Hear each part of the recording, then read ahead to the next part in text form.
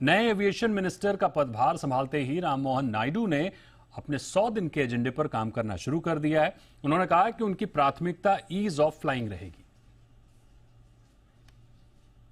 ऐसा था कि रिच पीपल का ट्रैवल रहता था, अमीरों का रहता था, एलिट क्लास का रहता था, और इनसे जो मतलब रखते थे एयरलाइंस या कुछ स्पेसिफिक स्टेक होल्डर से।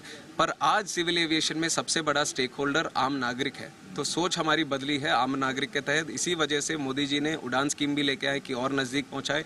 तो उसको आगे बढ़ाएंगे, आम नागरिक की सुविधा पर ध्यान देंगे, उसको अफोर्डेबल प्राइसिंग के ऊपर हम ध्यान देंगे। तो हमारा जो भी नीति बनेगी आम नागरिक को ध्यान में रखते हुए बनेगी।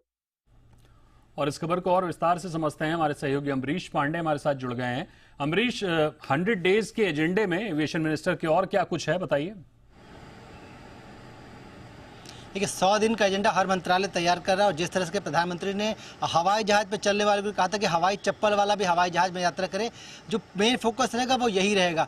किराए को लेकर सबसे बड़ा जो कंसर्न था लोगों के बीच दिमाग में कि किराए बहुत ज़्यादा होते हैं। कुछ विशेष समय में जब त्योहारों का समय आता है फिर डिमांड ज़्यादा बढ़ती है, किराए इतने बढ़ जाते हैं कि हवाई यात्रा करना मुश्किल होता है। लेकिन यात्रा करनी ज़रूरी हो तो आदमी जेब से ज़्यादा पैसे खर्च कर रहा है, तो उस यात्रा किराए को एक मॉनिटरिंग के तहत इस रेंज में लाना ताकि आम आदमी हर समय वो अफोर्ड कर सके यात्रा। क्योंकि कई लोग चाहते हैं यात्रा करना लेकिन किराए की वजह से यात्रा नहीं कर पाते। तो एक मॉनिटरिंग वो की जाएगी जो कि टेक आधारित होगी।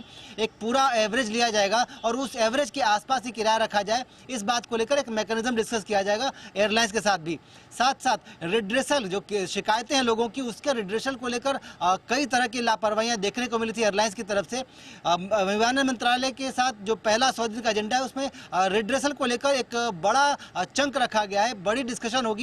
जो जानकारी हमारे पास है उसके अनुसार अगले हफ्ते बैठक हो सकती है एयरलाइंस के साथ भी, और डीजीसीए समेत जितने भी अधिकारी हैं एयरलाइंस और एविएशन मंत्रालय के, उन सब के साथ भी आखिर क्या वजह, क्या सिस्टम बनाया जा सकता है ताकि रिड्रेसल कम से कम समय में हो और ट्रांसपेरेंसी के साथ हो। शिकायत आई है, शिकायत देखी गई, शिकायत सुलझा ली गई, ये सारी चीज़ें जो है तय समय पर सही समय पर लोगों को जानकारी मिलती रहे, ये मैकेनिज्म तैयार किया जाएगा। अगर मंत्रालय के बाकी एजेंडे की बात करते हैं तो एयर टैक्सी को लेकर जो फोकस था कुछ दिनों से देखने को मिल रहा था, मार्केट में भी देखने को मिल रहा था, उसको लेकर नई पॉलिसी आ सकती है। साथ साथ भारत में एविएशन को एक बड़ी इंडस्ट्री, एक उभरती हुई इंडस्ट्री देखा जा रहा है। इस बड़ी उभरती इंडस्ट्री को में किस तरह से भारत अपनी परसेंटेज और बढ़ा सकता है।